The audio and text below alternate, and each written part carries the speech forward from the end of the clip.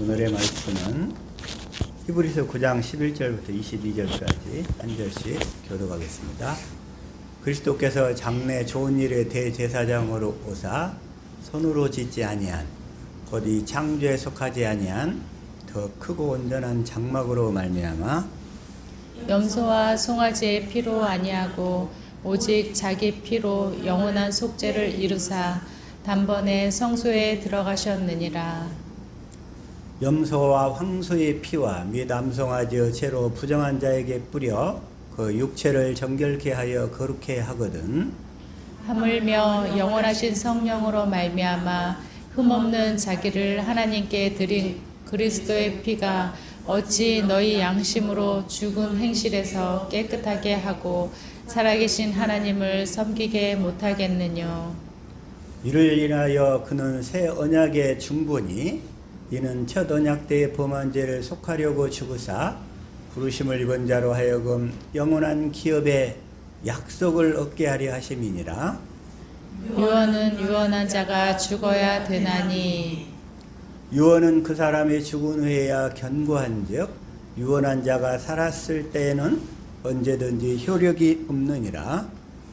이러므로 첫 언약도 피 없이 세운 것이 아니니 모세가 율법대로 모든 계명을 온 백성에게 말한 후에 송아지와 염소의 피와 및 물과 붉은 양털과 우슬초를 취하여 그 책과 온 백성에게 뿌려 이르되 이는 하나님이 너희에게 명하신 언약의 피라 하고 또한 이와 같이 피로써 장막과 섬기는 일에 쓰는 모든 그릇에 뿌렸느니라. 율법을 조차 거의 모든 물건이 피로써 정결케 되나니 피 흘림이 없이는 삶이 없느니라. 아멘. 아멘. 이 시간에 새 언약의 중보자이신 그리스도는 새 언약의 중보자로 오셨어요. 아멘. 새 언약의 중보자로.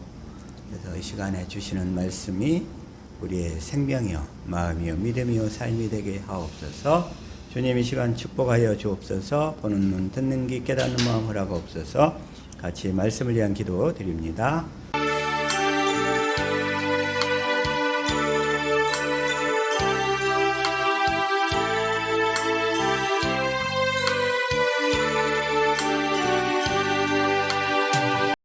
아멘.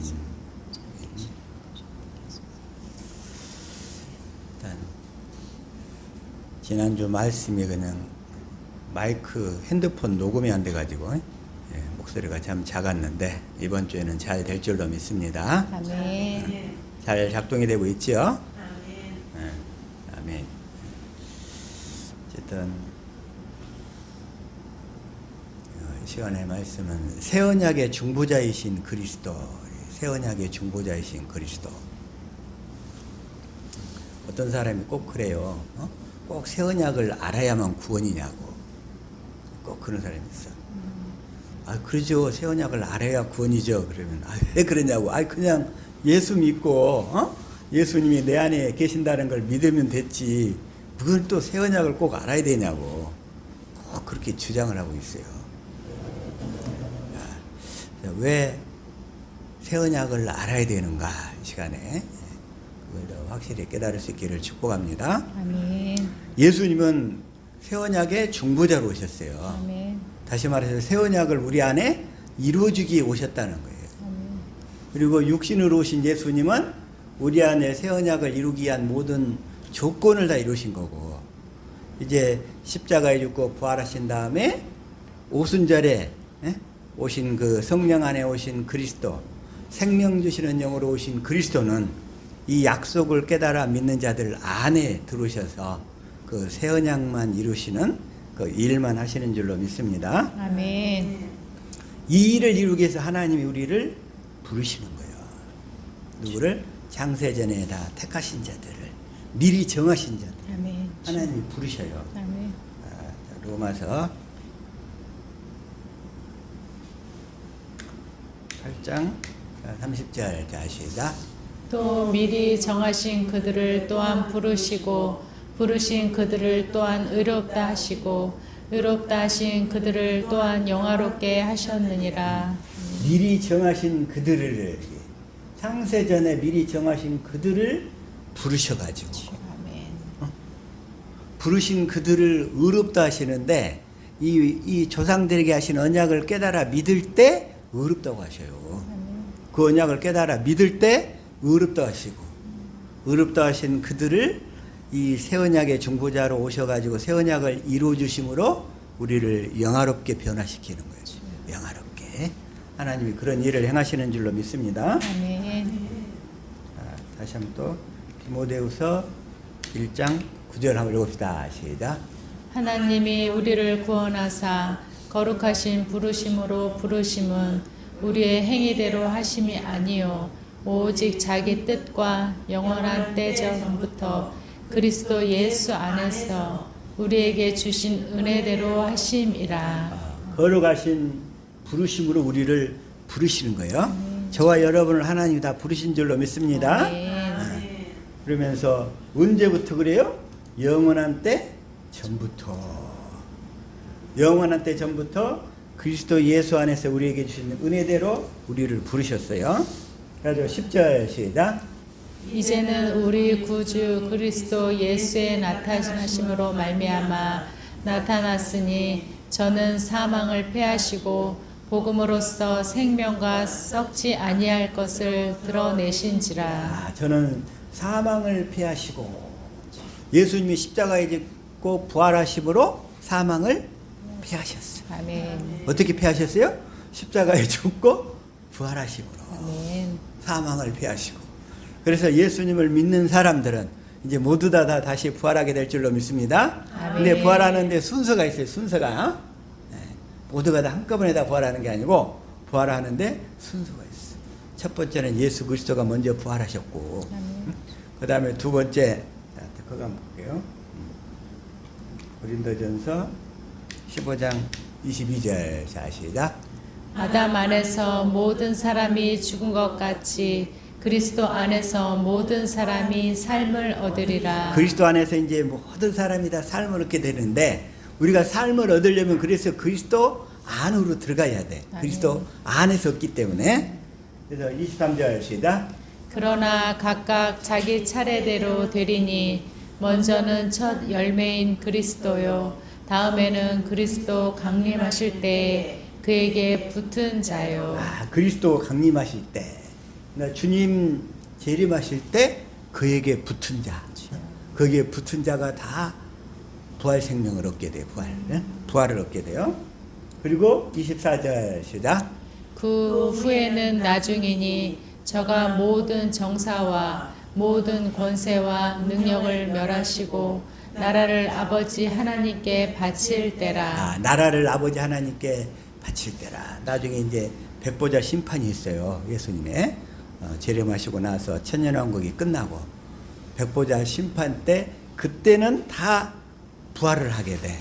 근데 부활을 하게 되는데 그들은 이제 지옥 갈 사람들은 이제 영원히 지옥 보내고, 그리고 이제 영원히 이제 하나님 나라로 가서 우리에게 그 하나님이 준비하신 그 경륜을 따라서 그 하나님 나라를 이제 거기 가서 다 경영하게 되는 줄로 믿습니다. 아멘. 이렇게 순서대로 우리가 부활하게 되는데, 다시 한번 사도행전 26장 18절 시작.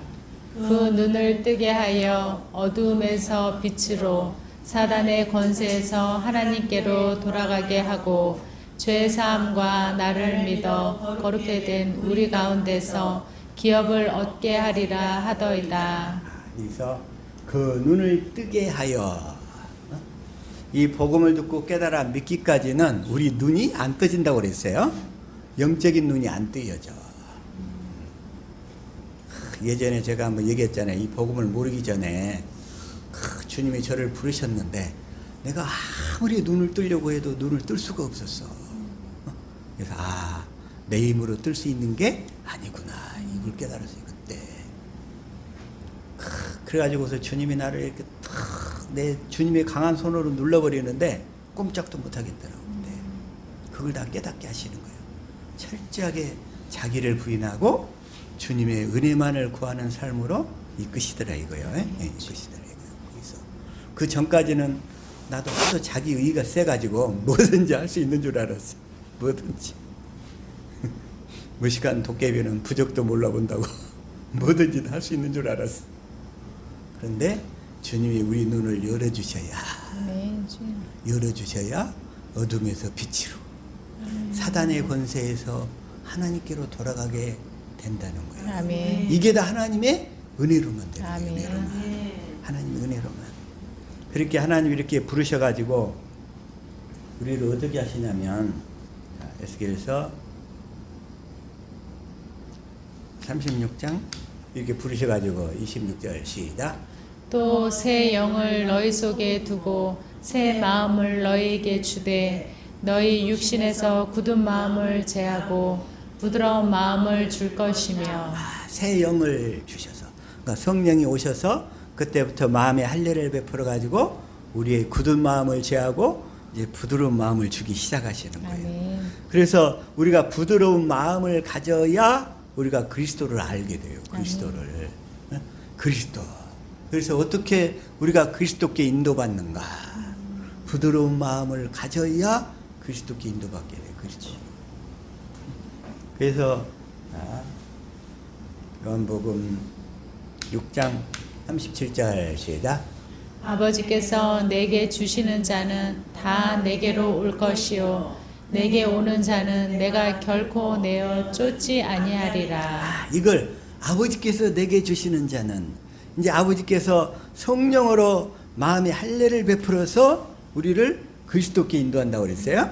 할례를 베풀어서 부드러운 마음을 갖게 해가지고 부드러운 마음 가운데서 그리스도가 말씀하시는 거예요. 네. 성령으로 말씀하셔 그때. 그래서 아버지께서 내게 주시는 자는 다 내게로 올 것이요. 그렇게 해서 우리가 그리스도께로 인도함 받는 거예요. 그리스도께. 아무나 인도받는 게 아니고. 그래서 6장 44절 시작.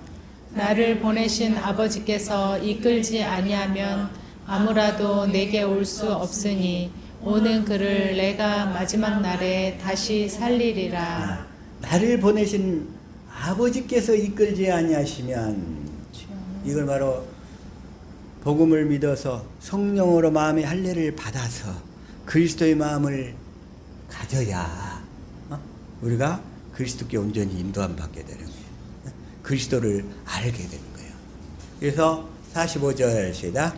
선지자의 글에 저희가 다 하나님의 가르치심을 받으리라 기록되었은즉 아버지께 듣고 배운 사람마다 내게로 오느니라. 그래서 아버지께 듣고 배운 사람마다 내게로 오느니라. 내게로 오느니라. 우리는 다 주님께로, 주님의 음성을 듣고 살아야 될 줄로 믿습니다. 아멘. 그래서 65절도 시작. 또 가라사대 이러함으로 전에 너희에게 말하기를 내 아버지께서 오게 하여 주지 아니하시면 누구든지 내게 올 수 없다 하였노라 하시니라. 그래서 누구든지 이 복음을 듣고 복음을 듣고 복음을 믿음으로 살려고 해도 아버지께서 이끌어 주시지 아니하면 다 떠나가게 돼 있어요. 다 떠나가게 돼 있어. 결국은. 그래서 66절이에요. 시작. 이러므로 제자 중에 많이 물러가고 다시 그와 함께 다니지 아니하더라. 그들이 일반적으로 이 복음을 듣고 막 이렇게 예배당에 나와서 막 하다가 성령의 외적인 체험들을 많이 해요. 하는데 그들이 나중에는 다 떠나가게 돼. 아무리 영적인 체험을 했다 할지라도 그들은 또 영적인 체험을 한번 한 걸 가지고 주님의 음성을 들었다고 생각을 해. 그게 아니란 말이에요. 병 고침을 받고 뭐 능력이 나고 막 이적을 행했다 할지라 그것이 주님의 음성을 들은 것이 아니고, 그것은 영의 세계가 있구나. 이걸 체험한 거예요. 체험한 거. 체험한 거. 그래서 하나님께서 우리를 부르시는데, 그 미리 정하신 자들을 부르시는데, 저 같은 경우도 개인적으로 보면 2008년도였지 보면 주님이 부르신 거예요. 그때 환경을 통해서 꼼짝달싹을 못해가지고 그때 주님의 그 부르심을 통해, 주님의 그 부르심은 우리에게 희장된 모습으로 이렇게 다가와. 우리는 너무 두려워. 그런 것들이 무서워. 그래가지고 다른 친구들보다 내가 15년을 더 빨리 직장을 먼저 나오게 됐어. 직장을 먼저 지금 생각해 보니까 지금 이제 직장 동료들 친구들 보면 다 지금 이제 직장에서 다 나오거든요. 60세 지나고 그러니까 다 나와. 나는 이제 15년 먼저 나와가지고 미리 이런 쭉 그냥 방황하고 그 나그네의 그런 과정을 통해서 어디로 끌려가는지도 모르고 질질 이렇게 둥둥 떠다니다가 그러다가 이제 여기까지 이렇게 이르렀잖아요.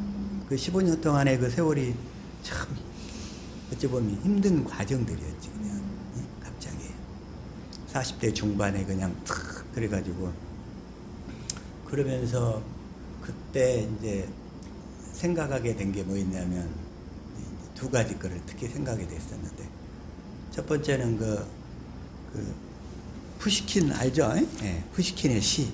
내가 푸시킨의 시를 보니까 그게 있어.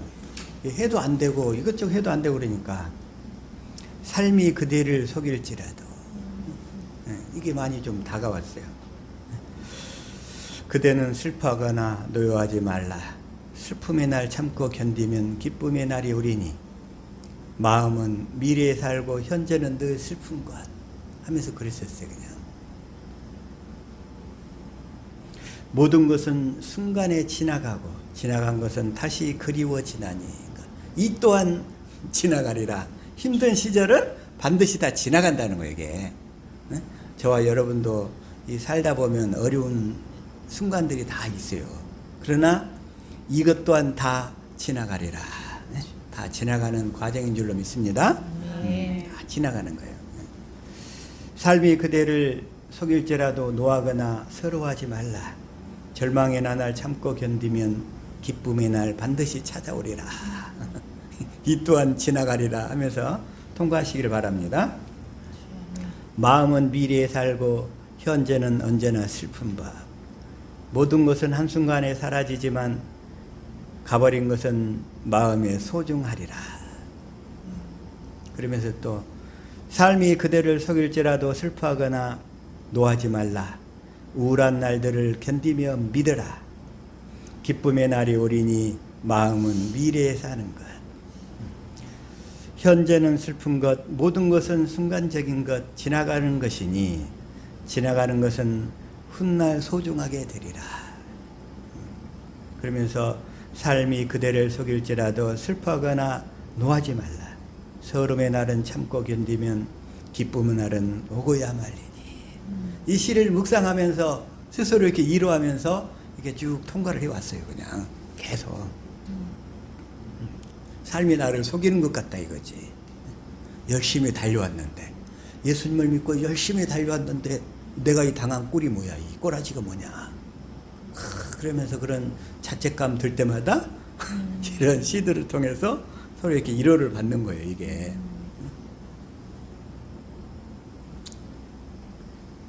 그랬는데 이 시를 썼던 그 푸시킨이 어떤 사건을 통해서 그 자기의 그 누구 어떤 대적자가 하나 있었는데 그 당테스라고, 그 사람하고 당테스는 자기가 이 푸시킨의 애인을 건드린 거예요. 아주 그 젊은 장교였는데 당테스라고. 그래가지고 얘가 결리니까 그 여인을 두고 결투를 했어. 결투. 근데 뭐냐면 그 젊은 장교는 총잡이야. 뛰어난 총잡이야. 푸시킨은 그런 거 아무것도 할 줄도 몰라. 근데 죽을 줄 알면서 결투를 신청하는 거야. 어떻게? 총으로, 권총으로. 그래가지고 그 당테스하고 자기 사랑하는 여인을 놓고 결투를 벌여가지고 죽었어요. 뭘 외치면서? 삶이 그대를 속일지라도. 이 시를 외치면서 죽어갔어. 또 하나 이제 이 푸시킨뿐만 아니라 김삿갓이 있죠. 김삿갓. 김삿갓 알아요? 김삿갓. 김삿갓 김병현 혹은 또 김립 그래. 시인 김립 그러는데 김삿갓이 6살이었을 때, 예. 왜냐하면 김삿갓이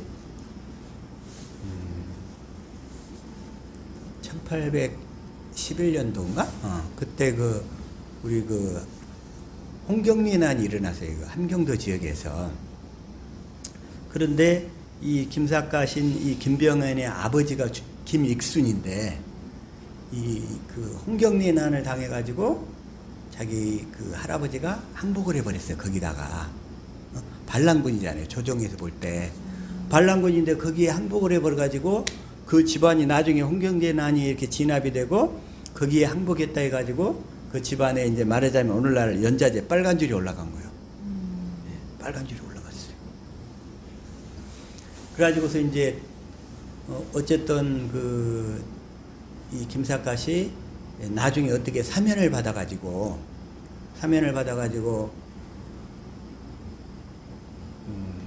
과거 시험을 보는데 자기 그 할아버지 그 홍경리 난에 항복해버린 그 김익순에 대해서 이렇게 어떻게 생각하는지 이걸 시를 쓰라고 그런 거예요. 이게 그것이 과거의 주제였어. 그런데 그걸 자기 할아버지를 비판하는 글을 써가지고 거기서 과거에서 장흥급제를 했어요.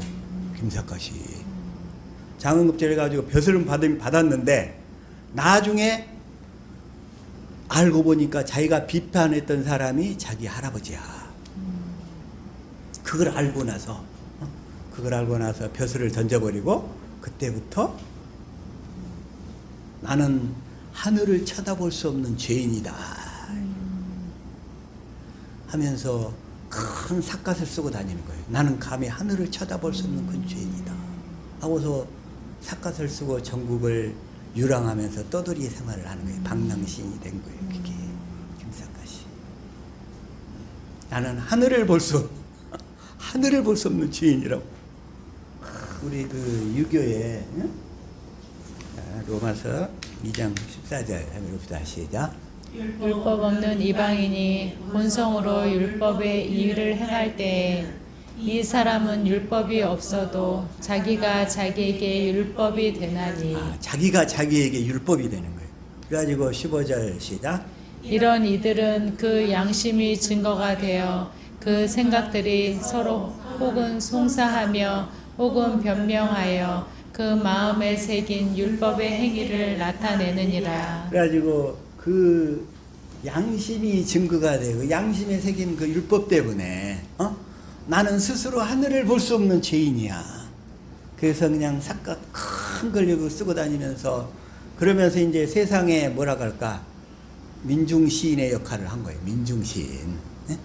그래가지고 정부의 그 벼슬아치들을 비난하고 부자들을 비난하고 그러고 다니면서 그러한 방랑생활을 하다가 인생을 마쳐서 전라도 화순의 그 동북이라는 지역에서 객사를 하게 돼요. 네?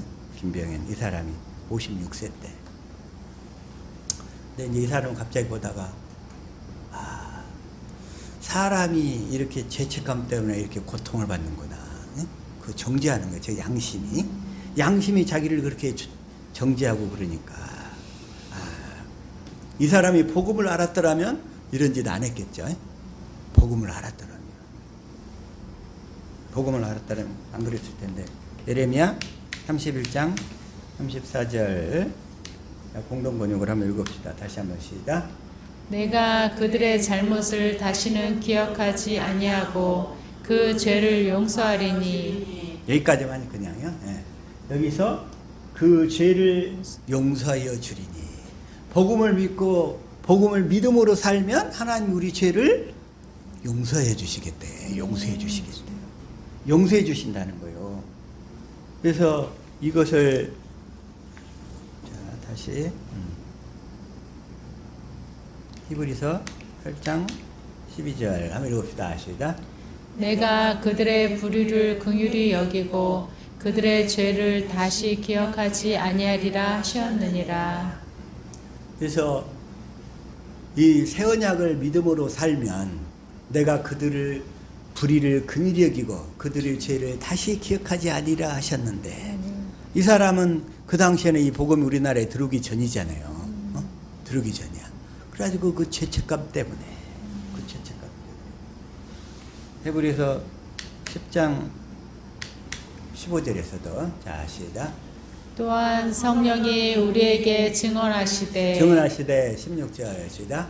주께서 이르시되 그날 후로는 그들과 맺은 언약이 이것이라 하시고 내 법을 그들의 마음에 두고 그들의 생각에 기록하리라 하신 후에 그 법을 기록을 하셔서 17절 또 그들의 죄와 그들의 불법을 내가 다시 기억하지 아니하리라 하셨으니 이렇게 이 말씀을 알면 얼마나 그 영혼이 자유함을 입었을까. 그랬더라면 삿갓을 쓰고 하늘을 감히 볼 수 없는 죄인이라고 이렇게 삿갓을 쓰고 평생을 이렇게 나그네로 돌아다닐 필요가 없었던 거예요. 물론 하나님이 아브라함을 불러가지고 가나안 땅에 이르기까지 어떻게 했냐면 나그네의 삶을 살도록 인도하셨어요. 나그네. 그리고 우리 육신의 생명의 본질은 나그네예요. 나그네. 나그네인데 그 나그네는 언제까지 나그네냐? 그리스도 안에 들어가 살 때까지만 나그네예요. 저와 여러분은 그리스도 안에서만 살기를 축복합니다. 아멘. 그리스도 안에서 살면 더 이상 나그네가 아닌 거예요. 그런데 육신의 생명으로 세상 것을 추구하면서 살 때는 나그네로 살아라 이거요. 나그네로. 삿갓을 쓰고 나그네로 살든지 아니면 어쨌든 율법으로 살 때는 그 죄인의 삶을 살 때는 나그네의 삶을 사는 거예요. 그리고 그리스도 안에서 이제 우리는 하늘의 소망을 두고 살아야 될 줄로 믿습니다. 아멘. 그래서 그렇게 이 방랑을 했던 김삿갓을 보고서 우리 마음에 자유를 주신 주님, 이 새 언약과 복음을 확실히 깨달아 알게 하신 그 주님이 너무 감사한 거예요. 아멘. 너무 감사해요. 아멘. 그리고 또 한 가지 더 우리 삶을 괴롭히는 시무이가 있어요. 시무이. 시무이가 누구냐면 자, 사무엘하 16장 5절 시작. 다윗 왕이 바울임의 이름에 거기서 사울의 친족 한 사람이 나오니 게라의 아들이요 이름은 시므이라. 그가 나오면서 계속하여 저주하고 다윗이 압살롬의 반역, 자기 아들한테 반역을 당해서 지금 쫓겨가는 중이에요. 쫓겨가는 중인데 사울의 족속 중 하나가 시므이가 나오면서 다윗을 따라가면서 저주를 해요. 그래서 이런 사건을 보고 지금 다윗의 마음이 얼마나 괴롭겠어요? 사랑하는 자기 아들이 반역을 해갖고 쫓겨가는데 거기에다가 쫓아가면서 저주를 해. 그럴 때 그 다윗의 마음이 얼마나 아프겠냐 이거요. 그래서 이걸 보고 뭐라고 하냐면 화불단행이라고 그래. 화불단행. 화불단행이 뭔 뜻이냐면 재앙은 한꺼번에 덮쳐오는 거예요. 이게 한꺼번에 덮쳐와. 요즘 사람들 참 사는 환경이 다들 어렵다고들 다들 그러는데 그래서 재앙은 이렇게 덮쳐온다. 덮쳐와. 그럴 때 어떻게 해야 되냐 이거요. 그래서 6절 시작. 또 다윗과 다윗 왕의 모든 신하들을 향하여 돌을 던지니 그때 모든 백성과 용사들은 다 왕의 좌우에 있었더라. 왕의 좌우에 있었더라. 7절. 시므이가 저주하는 가운데 이와 같이 말하니라.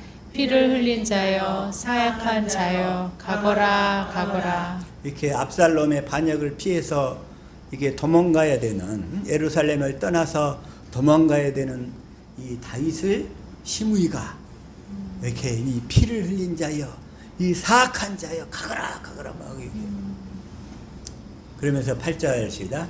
사울의 족속의 모든 피를 여호와께서 내게로 돌리셨도다. 그를 이어서 내가 왕이 되었으나 여호와께서 나라를 내 아들 압살롬의 손에 넘기셨도다. 보라, 너는 피를 흘린 자이므로 화를 자초하였느니라 하는지라. 이렇게 꼭 우리 삶 속에서는 어려울 때 우리를 힘들게 하는 그런 시므이 같은 사람들이 꼭 있어요. 시므이. 너는 피를 흘린 자이므로 화를 자초하였다. 그러면서 19절 아비새가 그를 뵈려고 하니까 10절 시작. 왕이 이르되 수르야의 아들들아 내가 너희와 무슨 상관이 있느냐? 그가 저주하는 것은 여호와께서 그에게 다윗을 저주하라 하심이니 내가 어찌 그리하였느냐 할 자가 누구겠느냐 하고. 여기에서 다윗의 중심을 보게 되는 거예요. 아, 하나님께서 허락하셨는데 이걸 그렇게 저주한다고 그냥 내버려두라 이거요. 내버려두라. 하나님께서 다윗을 저주하라 하셨는데 너희가 어찌 그리하였느냐 할 자가 누구겠느냐. 다윗이 지가 원수를 갚으려고 안 하는 거예요. 이게. 원수를 갚으려고 안 해. 그래서 11절 시작. 또 다윗이 아비새와 모든 신하들에게 이르되 내 몸에서 난 아들도 내 생명을 해하려 하거든 하물며 이 베냐민 사람이랴. 여호와께서 그에게 명령하신 것이니 그가 저주하게 버려두라. 하나님께서 허락하신 거니까, 다시 말해서 하나님이 하신 거니까 그냥 내버려 두라는 거예요. 저와 여러분 삶 가운데 혹시 시므이 같은 놈이 있다면 주님의 섭리를 이렇게 받아들이고 용서할 수 있는 마음을 주님께 받으시기를 축복합니다. 아멘.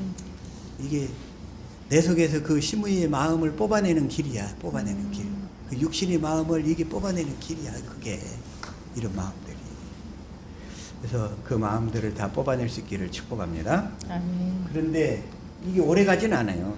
그러면서 19장 이제 16절 드디어 압살롬의 반역이 진압되고 나서 다윗이 이제 피해갔던 거에서 다시 예루살렘으로 돌아오는 길이에요. 그러니까 19장 16절 시작. 바후림에 있는 베냐민 사람 게라의 아들 시므이가 급히 유다 사람과 함께 다윗 왕을 맞으러 내려올 때려. 그때 이제 시므이가 또 상황이 바뀌었으니까 얼른 먼저 맞으러 와요. 급히 유다 사람과 함께 다윗 왕을 맞으러 내려올 때에 17절.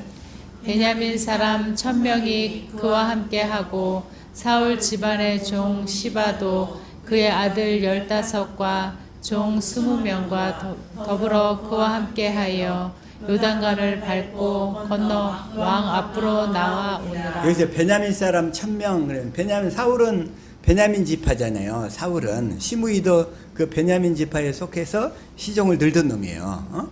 그리고 18절 시작. 왕의 가족을 건너가게 하며 왕이 좋게 여기는 대로 쓰게 하려 하여 나룻배로 건너가니 왕이 요단을 건너가게 할 때에 게라의 아들 시므이가 왕 앞에 엎드려. 이런 그 시므이 같은 놈들이 여러분을 괴롭게 하고 힘들게 했던 그 시므이 같은 놈들이 반드시 이렇게 엎드릴 날이 오게 될 줄로 믿습니다. 아멘. 아, 하나님 하시는 거예요. 하나님 하시는 거예요. 왕 앞에 엎드려. 그러면서 19절 시작. 왕께 이르되 내 주여 원하건대 내게 죄를 돌리지 마옵소서. 내 주 왕께서 예루살렘에서 나오시던 날에 종의 패역한 일을 기억하지 마시오며 왕이 마음에 두지 마옵소서. 이러면서 이제 아부하는 거예요. 다윗한테 아부를 해. 지 목숨 좀 살려달라고. 그래서 20절 시작. 왕의 종 내가 범죄할 줄 아옵기에 오늘 요셉의 온 족속 중 내가 먼저 내려와서 내 주 왕을 영접하나이다 하니. 이렇게 해가지고서 그래가지고 이제 이게 쭉 가서 이제 23절까지 가는 거예요. 시작. 왕이 시므에게 이르되 내가 죽지 아니하리라 하고 그에게 맹세하니라. 그런데 이제 때가 돼서 다윗이 죽을 때 이제 솔로몬이 이제 솔로몬에게 왕위를 물려주고 죽을 때에 다윗이 딱 유언을 해요.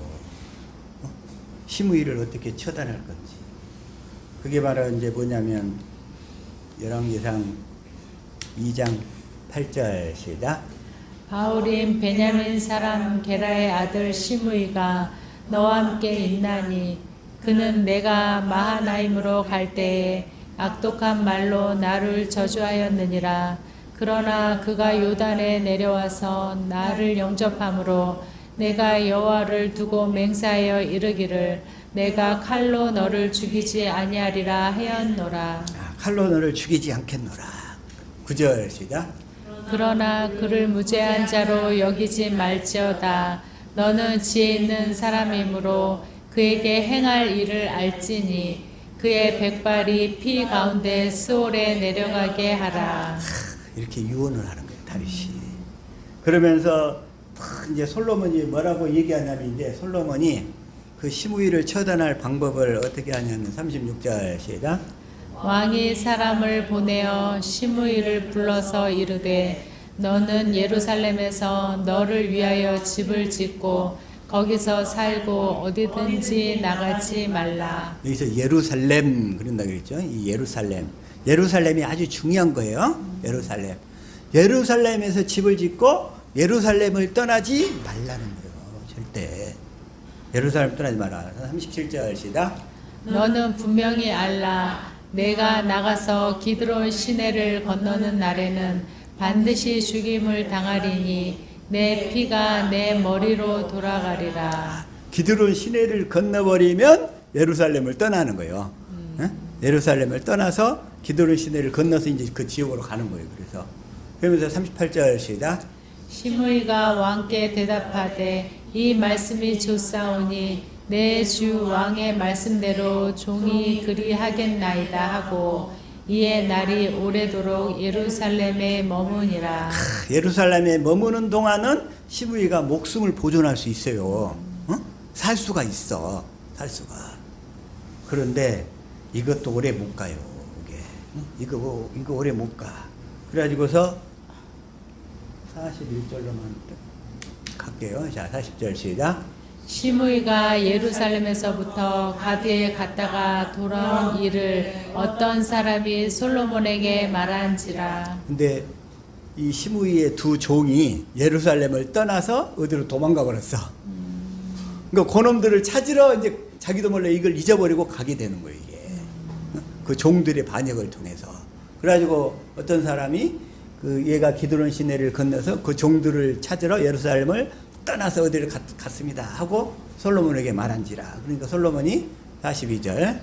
왕이 사람을 보내어 시므이를 불러서 이르되 내가 너에게 여호와를 두고 맹세하게 하고 경고하여 이르기를 너는 분명히 알라. 내가 밖으로 나가서 어디든지 가는 날에는 죽임을 당하리라 하지 아니하였느냐. 너도 내게 말하기를 내가 들은 말씀이 좋사오니이다 하였거늘. 43절. 내가 어찌하여 여호와를 두고 한 맹세와 내가 내게 이른 명령을 지키지 아니하였느냐. 그래서 44절. 왕이 또 시므에게 이르되 내가 내 마음으로 아는 모든 악 곧 내 아버지에게 행한 바를 내가 스스로 아나니 여호와께서 내 악을 내 머리로 돌려보내시리라 하면서 이제 결국은 시므이가 이제 죽게 되는 거예요. 그래서 46절 시작. 여호야다의 아들 분하야에서 명령하매 그가 나가서 시므이를 치니 그가 죽은지라. 이에 나라가 솔로몬의 손에 경고하여 지니라. 이렇게 해서 시므이가 처단돼요. 처단돼. 물론 주님이 원수를 우리 보고 갚지 말라고 하셨죠. 원수. 자, 로마서 12장 19절 시작. 내 사랑하는 자들아 너희가 친히 원수를 갚지 말고 하나님의 진노하심에 맡기라. 기록되었으되 원수 갚는 것이 내게 있으니 내가 갚으리라고 주께서 말씀하시니라. 내 속에 혹시 그 시므이 같은 놈이 있거든. 응? 그 때문에 속상하지 말고 주님께 고백해서 주님이 갚아주시도록 주님께 맡기시기를 축복합니다. 아멘. 내가 갚으려고 하면 안 돼. 그래서 20절 시작.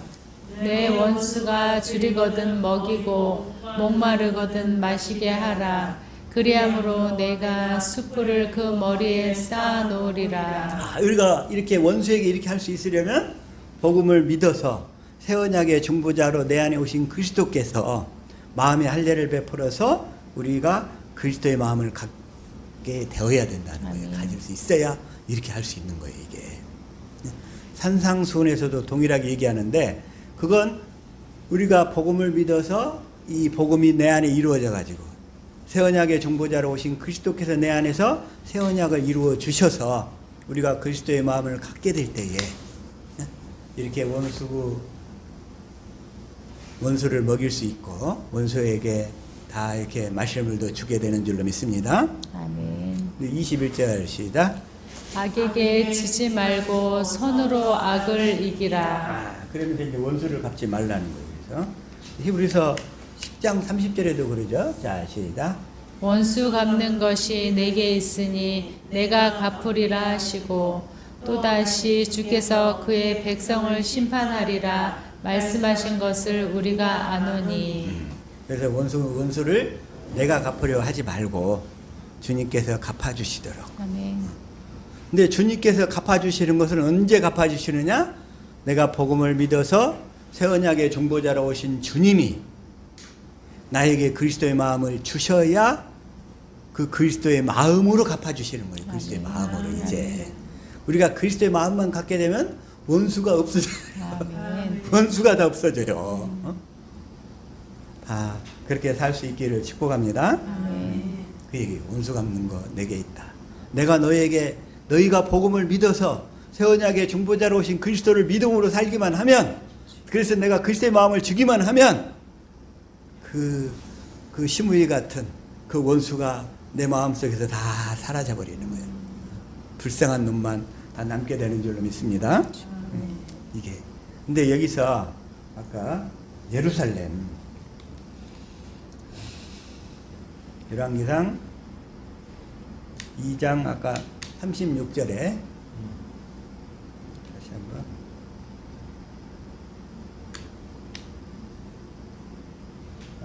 다시 한번 시작. 왕이 사람을 보내어 시므이를 불러서 이르되 너는 예루살렘에서 너를 위하여 집을 짓고 거기서 살고 어디든지 나가지 말라. 그 원수 같은 시므이가 예루살렘에만 머물렀더라면, 아까 종이 그냥 도망가버린 통에 그 종을 잡으려고 갔었잖아요. 기드론 시내를 건너서 종을 찾으러 간 거예요. 근데 예루살렘 안에서 거하기만 하면 시므이가 살 수 있었어. 근데 여기서 그러면 이 예루살렘이 뭐냐 이거 예루살렘. 자, 다시 한번 스가랴 8장 3절. 현대인 성경으로 시작. 내가 예루살렘에 돌아가서 그곳에 머물겠다. 사람들이 예루살렘을 진리의 성이라 부를 것이며 전능한 나 여호와의 산을 거룩한 산이라 부를 것이다.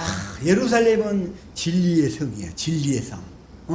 진리를 믿음으로 사는 사람들이 모여 사는 곳. 저와 여러분이 복음을 믿고 진리를 믿음으로 살기만 하면 우리가 예루살렘에 사는 거예요. 아멘. 다시 말해서 예루살렘은 복음을 믿어서 진리 안에서 사는 사람, 진리 안에서만 사는 사람들, 그 사는 사람들이 모여 사는 곳이라는 거예요. 아멘. 그래서 저와 여러분이 진리 안에서만 살게 되면 모든 원수들에서 다 자유하게 될 줄로 믿습니다. 아멘. 지금 그 얘기를 하는 거예요. 그러면서 4절 시작.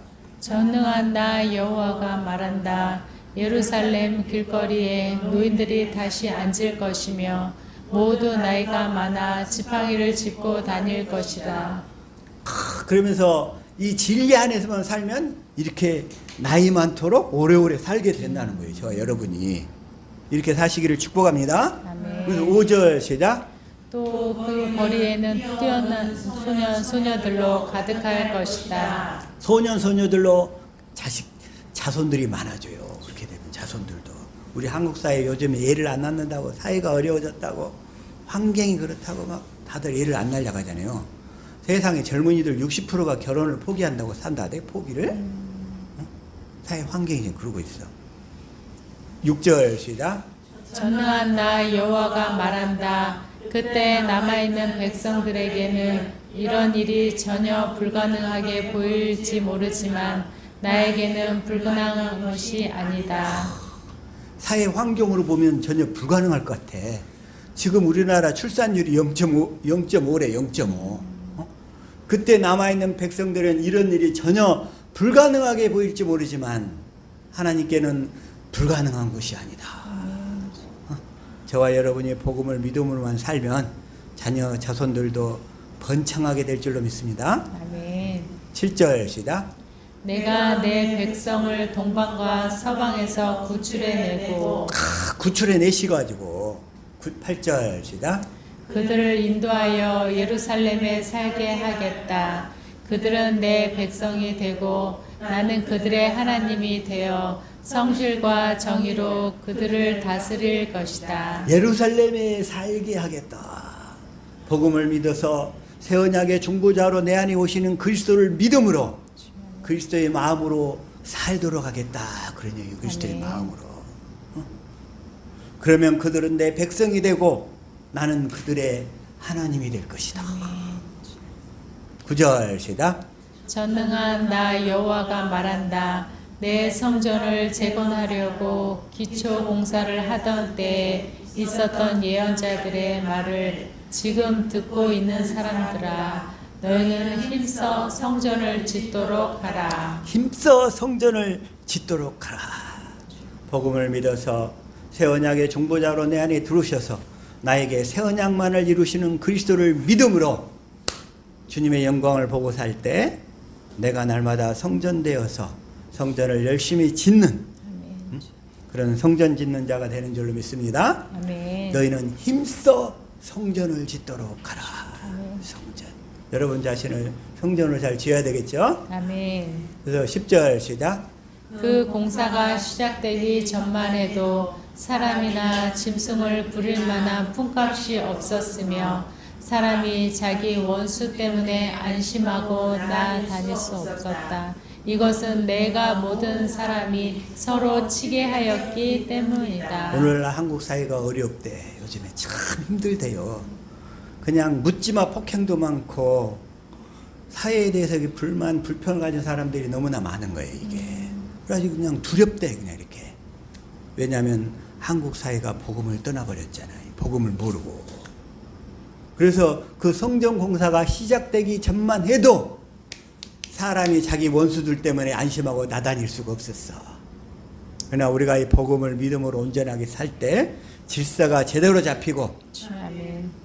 자녀들이 소망을 갖게 되고 아멘. 그러면서 하나님의 품 안으로 그리스도 안으로 다 들어오게 될 줄로 믿습니다. 아멘. 11절 시작. 그러나 이제는 내가 남은 이 백성을 전에같이 대하지 않겠다. 이제는 전에처럼 푸대접하지 않겠다는 거예요. 이제 예, 새 언약의 중보자로 내 안에 오셔서 복음을 이루시는 그리스도를 믿음으로 사는 사람들이 많아지면 아멘. 내가 이 백성을 이제 전처럼 푸대접하지 않겠다는 거예요. 12절 시작. 그들이 평화로운 가운데 씨를 뿌릴 것이며 포도나무가 열매를 맺고 땅이 농산물을 내고 하늘은 이슬을 내릴 것이다. 내가 남은 이 백성에게 이 모든 축복을 누리게 하겠다. 저 여러분은 이 모든 축복을 다 받아 반드시 누리게 될 줄로 믿습니다. 아멘. 하나님이 준비하신 축복. 그러면 남편과 자식들 이 다 복음을 알도록 인도해야지. 저와 여러분이 다 복음이 되어서 다 인도할 수 있기를 축복합니다. 아멘. 그래서 하나님 예비하신 모든 축복을 다 누리며 살아야 될 거 아니겠어요. 그래서 13절 시작. 유다와 이스라엘 백성아, 너희가 지금까지 이방 나라들의 저주거리가 되었으나 이제는 내가 너희를 구원하여 축복의 표본이 되게 하겠다. 그러므로 너희는 두려워하지 말고 용기를 가져라. 그래서 저와 여러분의 가정들을 구원해 가지고 축복의 표본으로 세우시겠대. 축복의 아멘. 표본. 두려워하지 말고 용기를 갖고 사시기를, 아멘. 오직 복음을 믿음으로만 사시기를 예수 이름으로 축복합니다. 아멘. 네, 새 언약의 중보자로 오신 그리스도. 이 그리스도가 누구인지를 잘 알아야 돼. 그리스도가 누구인지. 우리 그 조직 신학을 보면 조직 신학이 이게 7개 장으로 다 구성되어 있어요. 처음에가 서론이 있어. 서론. 조직 신학이 서론이 있고, 그다음에 두 번째가 신론이야. 신론. 하나님에 대해서. 그리고 세 번째가 인간에 대해서 인간론이야. 그 다음에 네 번째가 뭐냐면 그리스도에 대한 거야. 그리스도론이 있어. 그리스도론. 그리스도론을 기독론이래요. 그래가지고 그리스도를 통해서 그 다음에 뭐가 나오냐면 구원론이 나와. 구원. 어떻게 구원을 받는지. 그래가지고 우리를 구원론하고 구원론 다음에 뭐가 나오냐면 교회론이 나와. 교회론. 교회. 그 다음에 마지막이 뭐냐면 종말론이 나와. 다시 한번 서론이 나오고, 그 다음에 신론이 나오고, 그 다음에 인간론이 나오고, 그 다음에 그리스도가 나오고. 그리스도. 이 그리스도가 새 언약의 중보자신 거예요. 가장 중요한 건. 자, 그리스도론. 그 다음에 그리스도를 통해서 우리를 교회가 되게 하시잖아요. 구원해가지고. 그리스도를 통해서 우리를 구원해가지고 우리를 교회가 되게 하시오. 교회가 된 자와 교회가 되지 못한 자를 심판하는 종말론이 뒤에 나오는 거예요. 이렇게. 그래서 이 조직신학도 간단한 거예요. 성경을 딱 카테고리로 이렇게 분류한 건데, 그러니까 신론이 나오고, 인간이 나오고, 그리스도가 나오고, 그래 그리스도를 통해서 구원해가지고 구원론이 나오고, 구원해가지고 우리를 뭘로 만들어? 교회로 만들어. 교회론이 나오고, 그래가지고 교회가 된 자와 교회가 되지 못한 자를 심판하는 종말론이 나오고, 종말론. 그래서 그것도 간단하죠. 이 조직신학의 흐름 자체도.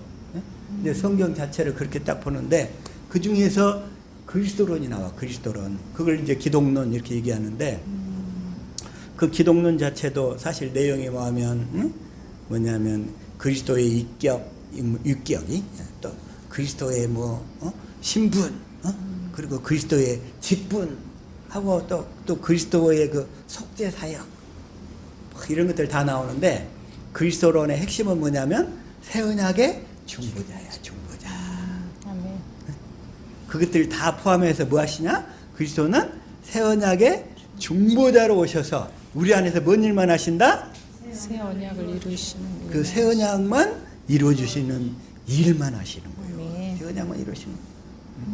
그래서 새 언약의 중보자로 오셔서, 그래서 새 언약을 누가 물어보면 이제 앞으로 새 언약을 모르면 구원이 없다 딱 얘기하는데, 거기다 토를 달면 예수님은 새 언약의 중보자로 오셔서 우리 안에서 새 언약을 새 언약만 이루어주시는데 그걸 정말로 꼭 몰라도 되겠느냐 하고 이렇게 대답할 수 있기를 축복합니다. 아멘. 자, 다시 한번 히브리서 9장 15절. 자, 시작.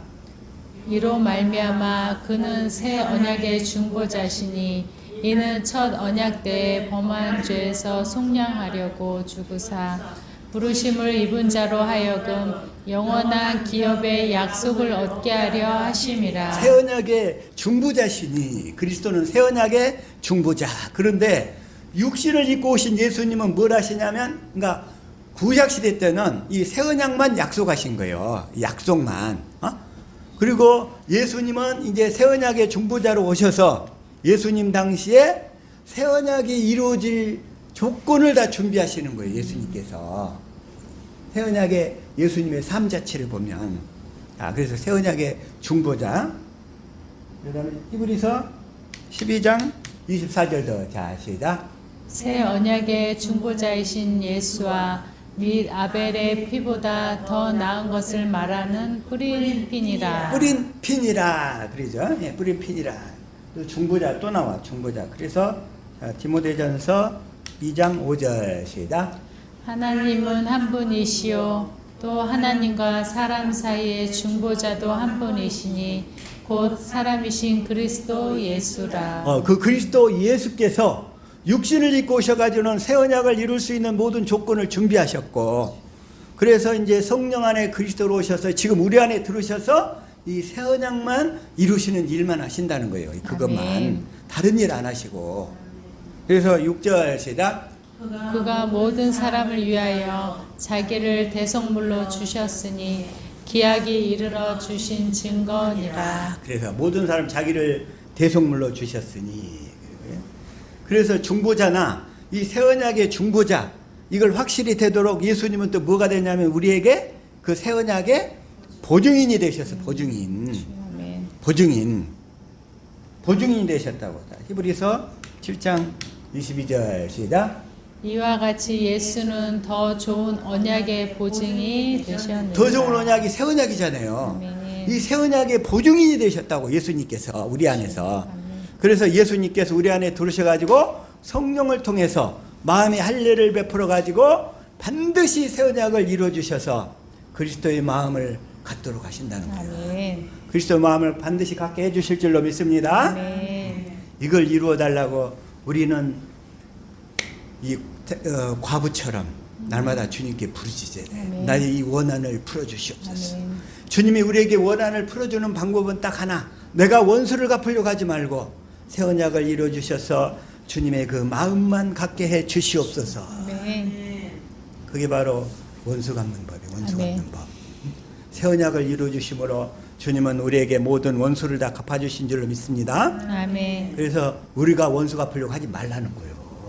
내 안에서 새 언약을 이루어 주심으로 나를 괴롭게 했던 힘의 같은 그런 놈들을 다 제거해 주겠다는 거예요. 다 제거해 주실.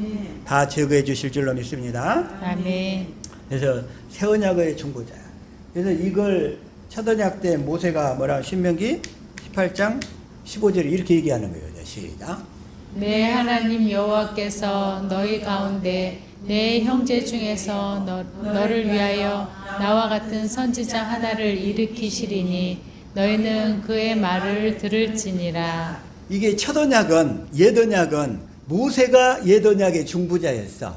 모세가 하나님의 말씀을 받아가지고 우리에게 이게다가 이 십계명에다가 써서 줬단 얘기예요. 그래서 첫 언약의 중보자는 문자예요. 문자. 문자. 이게 이 책으로만 되어 있는 거예요. 첫 언약의 중보자. 그래서 그런데 예수님은 뭐예요? 예수님 모세가 그래요. 나와 같은 선지자 하나. 그 예수 그리스도인데 예수 그리스도는 하나님의 말씀을 받아서 책으로 써주는 게 아니라 책에 써져 있는 말씀을 우리 마음의 할례를 베풀어서 우리 마음에다가 써주시겠다고. 아멘. 그게 바로 너희는 그리스도의 편지니라. 그리스도께서 우리 마음에 써주겠다고 하니까 그리스도의 편지인 거예요. 아멘. 날마다 그 편지를 받고 사시기를 축복합니다. 아멘. 그리스도께서 우리 마음에 써주시는 것.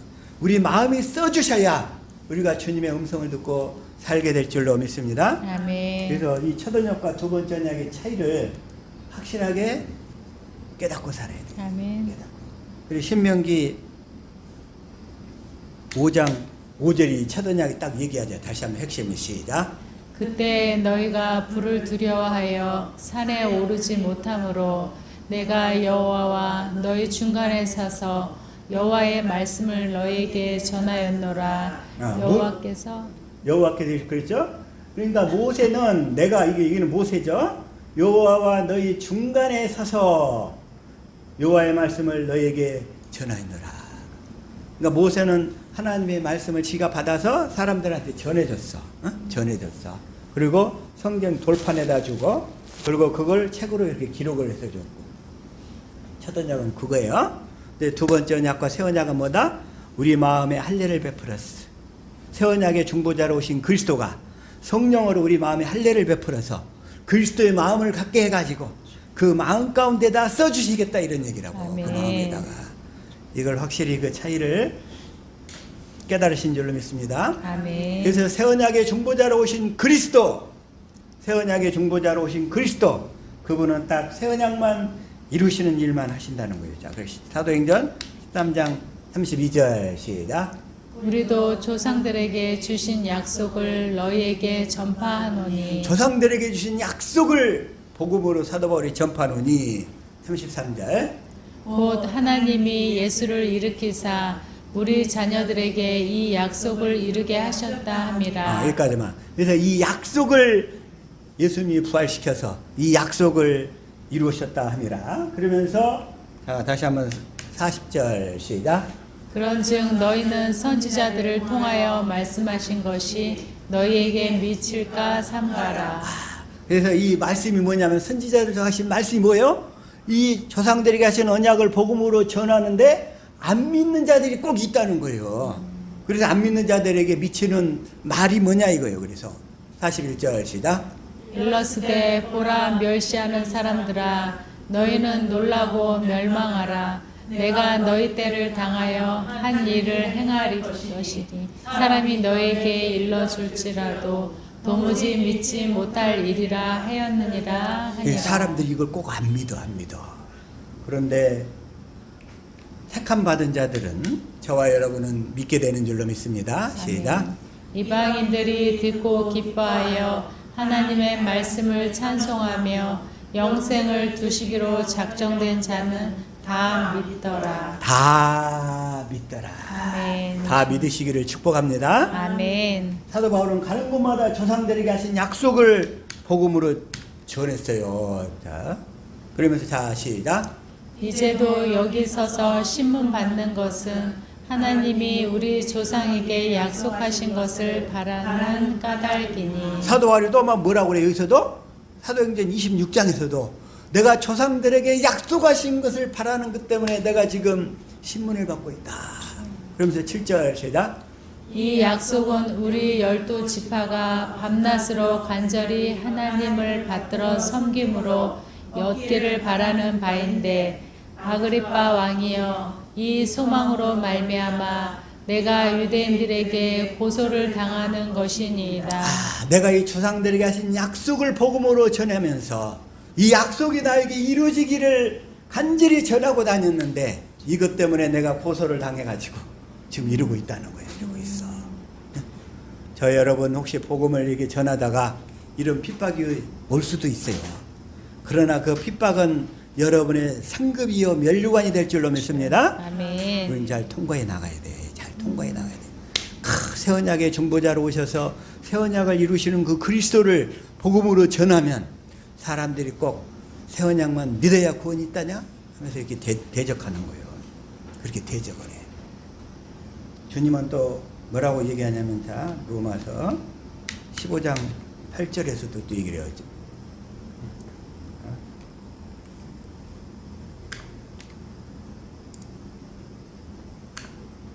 자, 한번 읽읍시다. 시작. 내가 말하노니 그리스도께서 하나님의 진실하심을 위하여 할례의 추종자가 되셨으니 이는 조상들에게 주신 약속을 견고하게 하시고.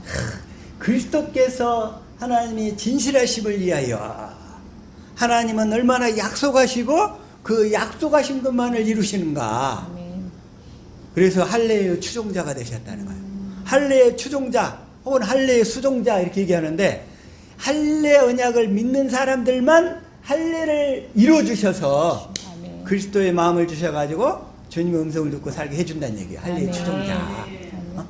할례의 추종자, 할례의 수종자. 그래가지고 뭐를 이루어주셔요? 조상들에게 주신 약속을 견고하게 이루어주시려고. 성경에서 이 언약을 떠나면 아무것도 안 되죠. 그러니까.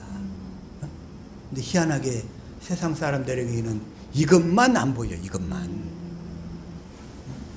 이걸 쉬운 성경을 한번 읽어볼까요? 시작.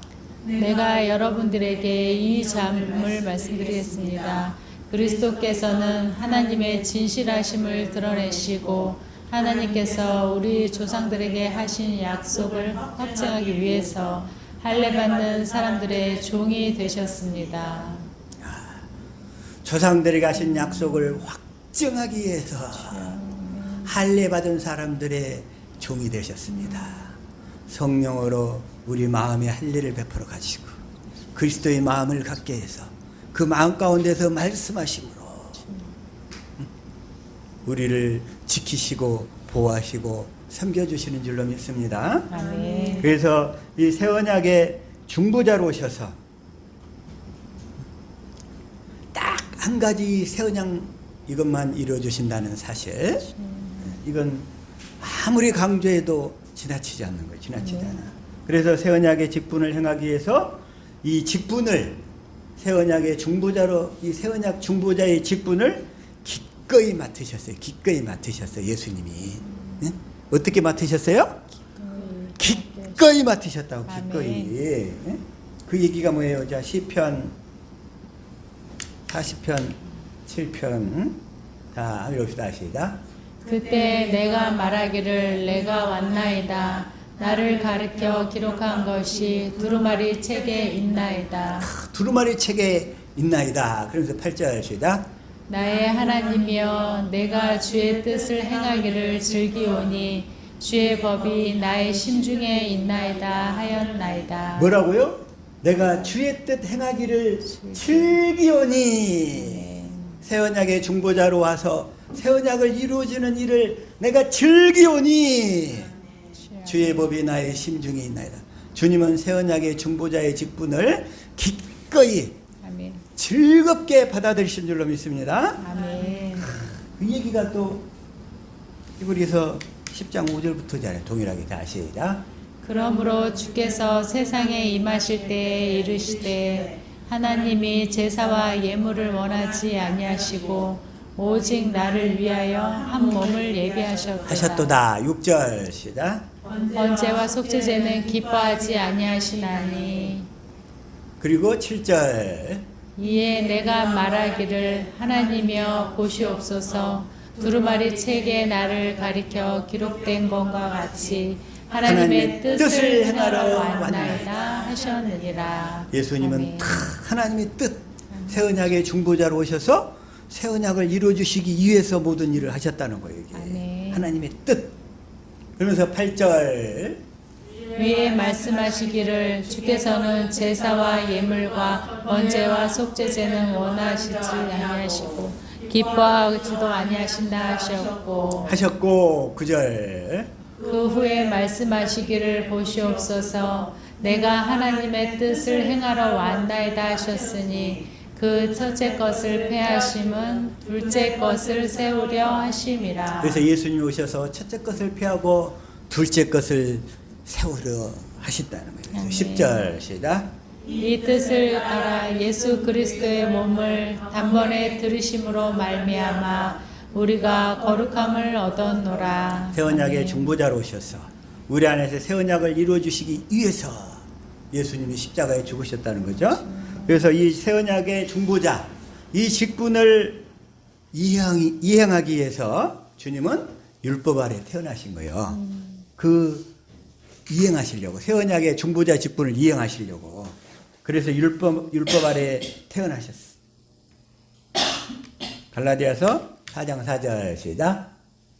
때가 참에 하나님의 그 아들을 보내사 여자에게서 나게 하시고 율법 아래 나게 하신 것은. 그래서 율법 아래 나게가 율법 아래 것들을 다 패버려야 될 거 아니겠어요. 아멘. 율법이 요구하는 모든 명령을 다 수행해야 되실 거 아니겠어요. 아멘. 예수님이 다 우리는 수행하신 것을 우리는 다 믿음으로 다 누리게 되는 줄로 믿습니다. 아멘. 그래서 우리는 그 복음을 믿음으로 그걸 다 누리게 되는 거예요. 예수님이 율법 아래 태어나셔서 그래가지고 그 율법을 온전히 성취하셨어요. 온전히. 어떻게 성취하셨냐면, 그래서 마태복음 3장 15절 세례 안에 세례가 나오죠. 시작. 예수께서 대답하여 이르시되 이제 허락하라. 우리가 이와 같이 하여 모든 의를 이루신 것이니 이에 요한이 허락하는지라. 그래서 율법 아래 태어나셔가지고 세례 안에 세례를 통해서 죄를 다 전가받으시고 공생애를 사시면서 그러면서 뭐라고 얘기하시냐면 마태복음 5장 17절 이렇게 얘기하시는 거예요. 시작. 내가 율법이나 선지자를 폐하러 온 줄로 생각하지 말라. 폐하러 온 것이 아니요 완전하게 하려 함이라. 그러니까 내가 이걸 폐하려 온 게 아니라 이제 완전하게 지켜지도록 해주겠다. 내가 너희를 완전하게 지켜주도록 해주겠다. 그러면서 요한복음 17장 4절 나오는 거예요. 자, 시작. 아버지께서 내게 하라고 주신 일을 내가 이루어 아버지를 이 세상에서 영원하게 하였사오니. 아버지께서 내게 하라고 주신 일, 율법 아래 태어나서 율법을 온전히 지켜주도록 하기 위해서 새 언약의 중보자로 오셔서 우리 안에서 새 언약을 이루어 주시는 일. 그래서 육신을 입고 오셔서 새 언약이 우리에게 다 이루어질 수 있는 조건을 예수님이 십자가에 죽으시면서 다 이루었다. 아멘. 이제 내가 오순절에 성령 안에 그리스도로 올 텐데 그 약속을 믿음으로 살면 성령 안에 그리스도가 이제 우리 안에 들어오셔서 우리 안에서 그 약속을 온전히 이루어질 거야. 온전히 이루어질 거야. 온전히 이루어질 거야. 이게 바로 아버지께서 내게 하라고 주신 일. 아멘. 그게 바로 육신을 입고 오신 예수님께 아버지께 맡기신 일인 거예요. 그게. 그러면서 예수님이 요한복음 19장 30절에 딱 얘기하셔요. 시작. 예수께서 신 포도주를 받으신 후에 이르시되 다 이루었다 하시고 머리를 숙이니 영원히 떠나가시니라. 그래서 새 언약을 이룰 모든 조건을 내가 이제 다 이루고 이제 내가 십자가에 죽고 부활해서 하늘나라에 가서 그 죄를 영원히 대속해서 자 히브리서 9장 11절 시작. 그리스도께서는 장래의 좋은 일에 대제사장으로 오사 손으로 짓지 아니한 것 곧 이 창조에 속하지 아니한 더 크고 온전한 장막으로 말미암아 하늘나라에 가서 성령으로 하나님께 제사를 드리시는 거예요. 그래가지고 12절 시작. 염소와 송아지의 피로 하지 아니하고 오직 자기의 피로 영원한 속죄를 이루사 단번에 성소에 들어가셨느니라. 성소에 들어가시느니라. 성소가 그 성소가 이 땅에 있는 성소가 아니라 하늘에 있는 성소. 단번에 성소에 들어가셨느니라. 부활하셔가지고. 그게 바로 24절 시작. 그리스도께서는 참 것의 그림자인 손으로 만든 성소에 들어가지 아니하시고 바로 그 하늘에 들어가사 이제 우리를 위하여 하나님 앞에 나타나시고 그 하늘에 들어가사 손으로 만든 성소에 들어간 게 아니라 어디로 들어가셨어요? 하늘에 있는 성소에 들어가셔서 하나님 앞에서 우리 죄를 영원히 속죄하시고 이게 그리스도의 속죄의 피날레. 그래가지고 약속하신 성령을 받아서 그 약속하시는 성령을 받아서 시작. 하나님이 오른손으로 예수를 높이심에 그가 약속하신 성령을 아버지께 받아서 너희가 보고 듣는 이것을 부어주셨느니라. 그 성령을 받아서 오셔가지고 그 약속을 믿는 자들이 한해서 그 약속을 이루어 주시려고 새 언약의 중보자로 오셔서 우리 안에서 그 새 언약만 이루어 주시는 일, 이 한 가지만 하신다는 사실, 이걸 이 시간에 확실하게 깨달으신 줄로 믿습니다. 아멘. 성경은 이 얘기만 얘기하는 거예요. 다른 거 얘기 안 해. 다른 거 얘기하지 않아요. 저와 여러분 새 언약의 중보자로 오셔서 조상들에게 하신 약속 이 한 가지, 이 한 가지만 이룬다는 사실 확실히 깨달아 믿고 이 약속을 이루어달라고 날마다 새 언약만 이루시는 그리스도를 믿음으로 사시는 저와 여러분들 될 수 있기를 예수님의 이름으로 축복합니다. 아멘. 기도하겠습니다.